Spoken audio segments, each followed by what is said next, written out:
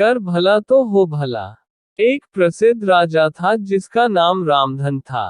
अपने नाम की ही तरह प्रजा सेवा ही उसका धर्म था। उनकी प्रजा भी उन्हें राजा राम की तरह ही पूजती थी। राजा रामधन सभी की निष्काम भाव से सहायता करते थे, फिर चाहे वो उनके राज्य की प्रजा हो या अन्य किसी राज्य की।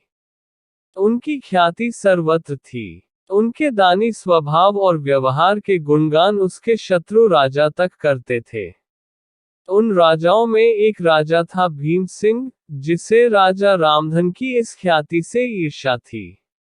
उस ईर्ष्या के कारण उसने राजा रामधन को हराने की एक रणनीति बनाई और कुछ समय बाद रामधन के राज्य पर हमला कर दिया। भीम सिंह ने छल से युद्ध जीत लिया और रामधन को जंगल में जाना पड़ा। इतना होने पर भी रामधन की लोकप्रियता में कोई कमी नहीं थी। हर जगह उन्हीं की बातें चलती थी, जिससे भीम सिंह को चैन न था। उसने राजा रामधन को मृत्युदंड देने का फैसला किया। उसने ऐलान किया कि जो राजा रामधन को पकड़कर उसके सामने लाएगा वो उसे 100 सोने की दीनार देगा। दूसरी तरफ राजा रामधन जंगलों में भटक रहे थे। तब उन्हें एक राहगीर मिला और उसने कहा, भाई, तुम इसी जगह के लगते हो। क्या मुझे राजा रामधन के राज्य की तरफ का रास्ता बता सकते हो? राजा रामधन ने पूछा, तुम्हें क्या काम है राजा से?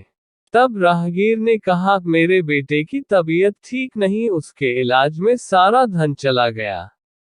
सुना है राजा रामधन सभी की मदद करते हैं, सोचा उन्हीं के पास जाकर याचना करूं। ये सुनकर राजा रामधन राहगीर को अपने साथ लेकर भीम सिंह के पास पहुंचे।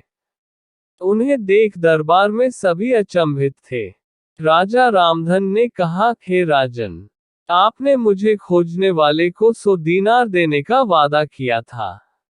मेरे इस मित्र ने मुझे आपके सामने पेश किया है, अतः इसे वो 100 दीनार दे दे।